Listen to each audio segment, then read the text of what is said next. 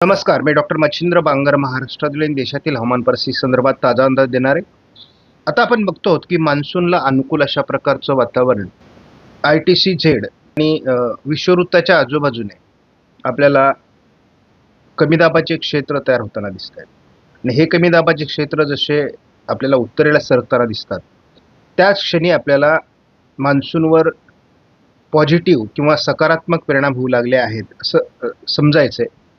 साधारणपणे आपण दिलेल्या अंदाजामध्ये 15 ते 20 तारखेच्या दरम्यान मेच्या मान्सून हा अंदमानात दाखल होईल, तर तो पुढे 28 ते 3 जूनच्या दरम्यान केरळात दाखल होईल आणि 7 ते 10 जूनच्या दरम्यान तो महाराष्ट्रात दाखल होईल. अशा प्रकारच्या आपण यापूर्वी अंदाज दिलाय आणि त्याच दृष्टीने मान्सूनची वाटचाल होईल असं दिसतंय. आज भारतीय हवामान खात्याने दिलेला अलर्ट बिहारमध्ये रेड अलर्ट आहे, विदर्भामध्ये, छत्तीसगडमध्ये, झारखंड आणि पश्चिम बंगालमध्ये आपल्याला ऑरेंज अलर्ट दिलेला आहे. आणि महाराष्ट्रात आज देखील पावसाची शक्यता हवामान विभागाने व्यक्त केली आहे.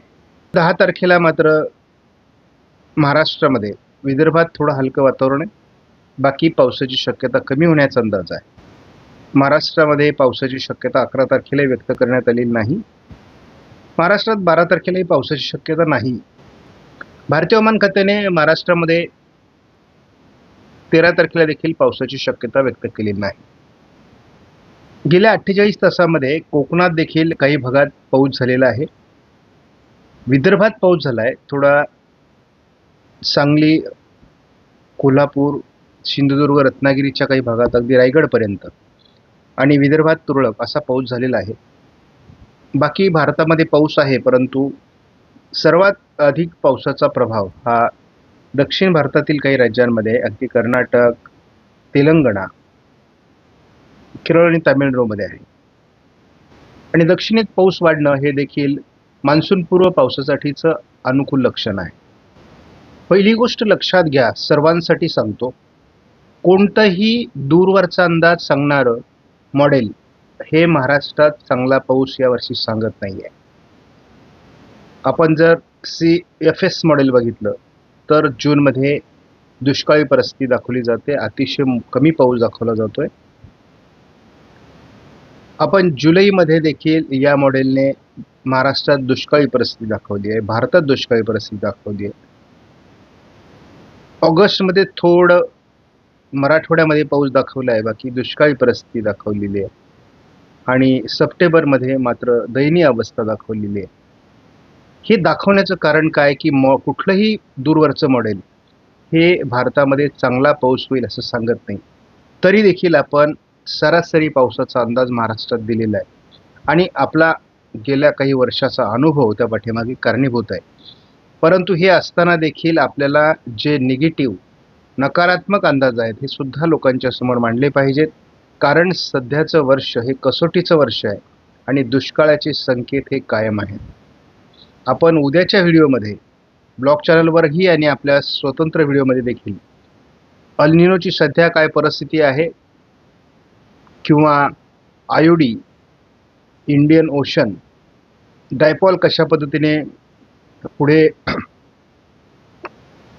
सक्रिय होऊ शकतो या संदर्भातले अंदाज देखील बघणार आहोत आणि तो महत्त्वाचा व्हिडिओ असेल.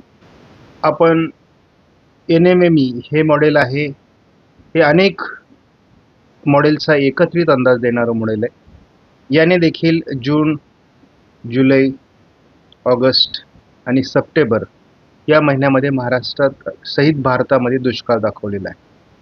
कुठलेही मॉडेल सपोर्ट करत नाही आहे आणि असं असताना आम्ही कसोटीने अंदाज देण्याचा प्रयत्न करतोय, सत्य समोर मांडण्याचा प्रयत्न करतोय. परंतु आज मी पहिल्यांदा महाराष्ट्रात नाही तर संपूर्ण भारतामध्ये दुष्काळी परिस्थितीचे संकेत हे आपल्याला संपूर्ण सर्वच मॉडेल मांडतायत. IFS मॉडेलने आज महाराष्ट्रात पावसाची शक्यता व्यक्त केलेली नाही, परंतु बंगालच्या उपसागरात वातावरण बदलू लागलं आहे. 9 तारखेपासून बंगालच्या उपसागरात वातावरणीय बदलाला सुरुवात होते आहे. 10 तारखेला आपण बघतो बंगालच्या उपसागराच्या दक्षिणेला कमी दाबाचं क्षेत्र विकसित होत आहे. 11 तारखेला या क्षेत्रामध्ये वातावरणीय बदलानुसार अधिक प्रभावीपणा निर्माण होतोय. ताकदवर अशा पद्धतीने कमी दाबाचं क्षेत्र पुढील प्रवास सुरू करेल. 12 तारखेला प्रत्यक्ष कमी दाबाचा किंवा डिप्रेशनचा आकार हे चक्रीय वादळे घेतील. 13 तारखेला याचा प्रवास सुरू होईल. आयकॉन मॉडेलचे अंदाज आपण महत्त्वाचे मानतो. सध्या थोडं पूर्व विदर्भामध्ये खास करून यवतमाळ, वर्धा किंवा वाशिम, हिंगोली, परभणीच्या पूर्व भागामध्ये आज पावसाचा अंदाज आहे. थोडा सोलापूरच्या आजूबाजूने वातावरण असेल किरकोळ स्वरूपामध्ये. यामुळे तरी आज दिवसभरामध्ये थोडं पश्चिम महाराष्ट्र, मराठवाड्याचा पूर्व भाग, पूर्व विदर्भ, दक्षिण कोकण वातावरण दाखवलं आहे. सर्वच मॉडेल 10 तारखेला बंगालच्या उपसागरात सिस्टम बनणार हे दाखवत आहेत, परंतु या सिस्टमचा नेमकी काय घडेल याविषयीचा खात्रीलायक काही अंदाज नाही. या दोन्ही वादळी सिस्टम ह्या प्रभावी व्हायला सुरुवात होईल 11 तारखेला. दरम्यान थोडं विदर्भ, मराठवाडा, पश्चिम महाराष्ट्र, दक्षिण कोकणात हलक्या पावसाच्या घटना घडत राहतील आयकॉन मॉडेलनुसार. 12 तारखेला या दोन्ही प्रणाली म्हणजे केरळच्या आजूबाजूने आणि अंदमानाच्या आजूबाजूने प्रभावी होतील. 13 तारखेला घाटमाथ्यावर दक्षिण कोकणामध्ये पावसाचं प्रमाण वाढू शकतं. पूर्व विदर्भामध्ये पावसाचं प्रमाण वाढू शकतं.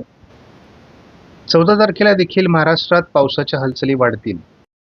आपण आता इथे या ठिकाणी बघतो की दक्षिण बंगालच्या उपसागरात वातावरणीय बदल झाले आहेत. अंदमानाच्या आजूबाजूने पावसास अनुकूल वातावरण तयार होऊ लागलं आहे. परंतु हे कसं बदलतंय हे आपण या व्हिडिओमध्ये बघू शकता. 10 तारखेला या वातावरणात किती बदल होतो हे आपण बघू शकता. 11 तारखेला अजून आपल्याला बदल होताना दिसेल. 12 तारखेला त्याहीपेक्षा आपल्याला या ठिकाणी अजून म्हणजे जास्त बदल होताना दिसेल. हा महत्त्वाचा आहे. 14 तारखेपर्यंतच मान्सूनला पोषक वातावरण अंदमानामध्ये तयार होतंय. अंदमान समुद्र म्हणजे आपण या भागाविषयी बोलतोय. आणि त्यानंतर आपल्याला केरळमध्ये देखील मान्सूनच्या ॲक्टिव्हिटीज कधी घडतील याविषयीचा अंदाज असतो, परंतु या ठिकाणावरून मान्सून पुढे सरकण्यासाठी जवळपास 10 दिवसाचा कालावधी लागतो. मान्सून साधारणपणे 15 ते 20 तारखेच्या दरम्यान जर अंदमानात आला तर त्यानंतर साधारण 28 तारखेपासून 3 जूनच्या दरम्यान, म्हणजे 28 मे ते 3 जूनच्या दरम्यान तो केरळात येऊ शकतो असा आपण अंदाज व्यक्त केलेला आहे. सध्या एक कमी दाबाचं क्षेत्र हे या दरम्यान आहे आणि याचा प्रभाव वाढत जाऊन महाराष्ट्रात मान्सूनपूर्व पावसाच्या घटना घडू शकतात असा एक अंदाज आहे. आज आयकॉन मॉडेलने, आपण फक्त आयकॉन मॉडेलचा आज अंदाज बघणार आहोत, कारण तसे बाकी मॉडेल फारसे पोषक नाहीत. त्यामुळे पूर्व विदर्भामध्ये आज एक जोरदार पावसाची शक्यता आहे. आज सातारा, कोल्हापूर, रत्नागिरी, सिंधुदुर्गचा पूर्व भाग या ठिकाणी एक पावसाची परिस्थिती निर्माण होऊ शकते आणि थोडं सोलापूरच्या आजूबाजूने किंवा लातूर, अगदी बीड दक्षिणपर्यंत, सांगलीपर्यंत थोडं वातावरण बदलू शकतं असा एक प्राथमिक अंदाज आहे. फार मोठा पाऊस नाही, परंतु वातावरणाची बदलण्याची शक्यता आहे. उद्या मात्र फारसं वातावरण नाही आहे. 11 तारखेलाही केवळ कोल्हापूर, सिंधुदुर्गच्या भागात वातावरण आहे. इतरत्र ढगाळ वातावरण आहे, परंतु फार पावसाचं वातावरण नाही. 12 तारखेलाही त्याच भागात म्हणजे रत्नागिरी, सिंधुदुर्ग, कोल्हापूर भागातच वातावरण आहे. महाराष्ट्रात 12 तारखेला थोडं ढगाळ वातावरण आणि किरकोळ पावसाच्या घटना वाढू शकतात. मात्र हवामानात मुख्य बदल जो होतोय तो 13 तारखेपासून होतोय. कारण अरबी समुद्रातील बाष्पयुक्त वारे हे कोकण किनारपट्टीला पहिल्यांदा प्रभावी ठरताना दिसत आहेत आणि मग त्यामुळे घाटमाथ्यावर 13 तारखेला मोठ्या प्रमाणात पाऊस सुरू होऊ शकतो आणि ही खरी मान्सूनची प्राथमिक लक्षणं आहेत. नाशिकपासून जवळपास कोल्हापूरपर्यंत किंवा सिंधुदुर्ग, रत्नागिरीपर्यंत आपल्याला घाटमाथ्यावर 13 तारखेला मोठ्या प्रमाणात पावसाचं प्रमाण वाढताना दिसेल आणि त्याच्या आजूबाजूने जे जिल्हे आहेत म्हणजे पश्चिम सातारा किंवा सांगली, कोल्हापूर पश्चिम, पुणे पश्चिम या भागातही याचा परिणाम आपल्याला जाणवेल. आपल्याला सांगली, कोल्हापूर, सातारा, रत्नागिरी, सिंधुदुर्गमध्ये 14 तारखेपासून पावसाचं प्रमाण मोठ्या प्रमाणात वाढेल. त्याचबरोबर सोलापूर, लातूर, धाराशिव, अगदी यवतमाळपर्यंत आणि नाशिक जिल्ह्यातही पूर्वेला काही घटना घडू शकतात. असा अंदाज आहे. आता संपूर्ण आजच्या अंदाजाचा सारांश सांगतो.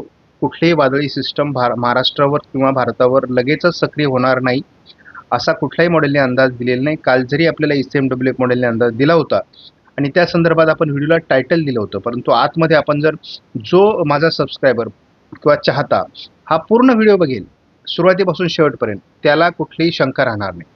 परंतु जो फक्त थंबनेल पाहून आपलं प्रतिक्रिया नोंदणार असेल किंवा आपला स्वतःचा ग्रह करून घेणार असेल, तर त्याला माझे अंदाज समजणार नाही.